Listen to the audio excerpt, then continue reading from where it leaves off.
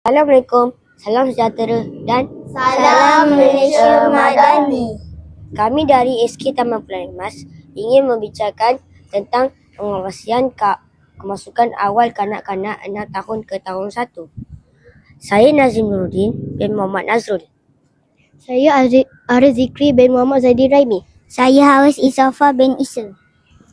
Saya Kalish Ryan bin Abdul Karim. Saya Muhammad Qayyum Khalifah bin Muhammad Syah Khalifah. Melalui perbincangan ini, kami akan berkongsi beberapa maklumat yang berkaitan dengan isu ini. Okey, baiklah. Saya serahkan kepada Qayyum Khalifah untuk menemu ramah kawan-kawan yang lain. Okey, boleh kawan-kawan kongsikan apakah kebaikan daripada program ini? Aris. Kanak-kanak yang mempunyai perkembangan kognitif lebih cepat dapat belajar mengikut tahap kemampuan mereka tanpa rasa bosan.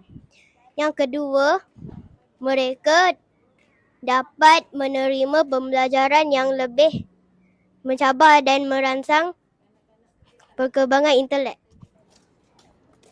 Hei Aras, apa lagi kebaikannya? Ketiga, apabila kanak-kanak belajar pada tahap yang sesuai dengan kebolehan mereka, minat dan motivasi untuk belajar akan meningkat. Keempat, kemasukan awal kanak-kanak membantu memaksimalkan tempoh pembelajaran yang kanak-kanak sejak usia muda. Nombor 5, kanak-kanak berpeluang berinteraksi dengan rakan baharu dan belajar menyesuaikan diri dalam persekutuan sekolah. Selain kebaikan, ada juga keburukan. Apa pendapat awak, Kalish? Kanak-kanak mungkin belum cukup matang dari segi emosi untuk menghadapi persekitaran sekolah yang lebih formal. Mereka mungkin menghadapi kesukaran menyesuaikan diri dengan rakan sekelas yang lebih tua. Silibus pembelajaran di tahun 1 mungkin mencabar bagi setengah kanak-kanak yang masih belum bersedia. Nazim, apa pula keburukannya? Pada pendapat saya, perbezaan umur boleh menyebabkan kanak-kanak merasa kurang yakin atau sukar bergaul dengan rakan sebaya. Kemasukan awal boleh menyebabkan kanak-kanak merasa penat atau terbeban dengan rutin persekolahan. Berdasarkan perkongsian daripada rakan-rakan saya tadi, terdapat kebaikan dan keburukan program ini. 1. Dari segi kebaikan, program ini dapat mempercepatkan perkembangan minda kanak-kanak serta dapat menjimatkan perbelanjaan taska dan tadika. 2.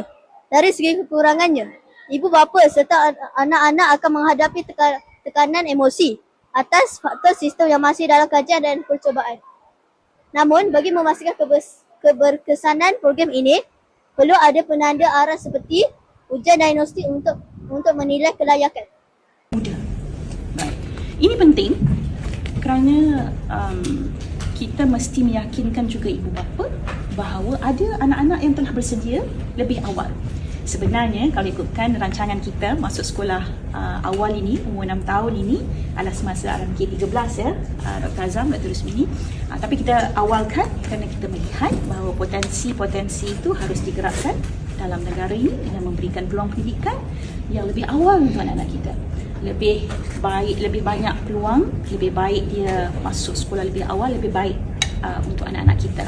Jadi apa yang kita akan buat untuk ibu bapa? Pertama, ibu bapa kena kenal pasti anak dia bersedia ataupun tidak.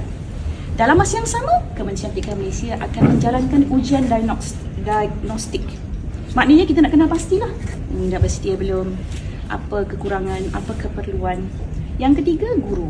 Maknanya kita akan buat anjuran guru yang baru kerana tahun hadapan kita harus menerima anak-anak ini dengan lebih awal.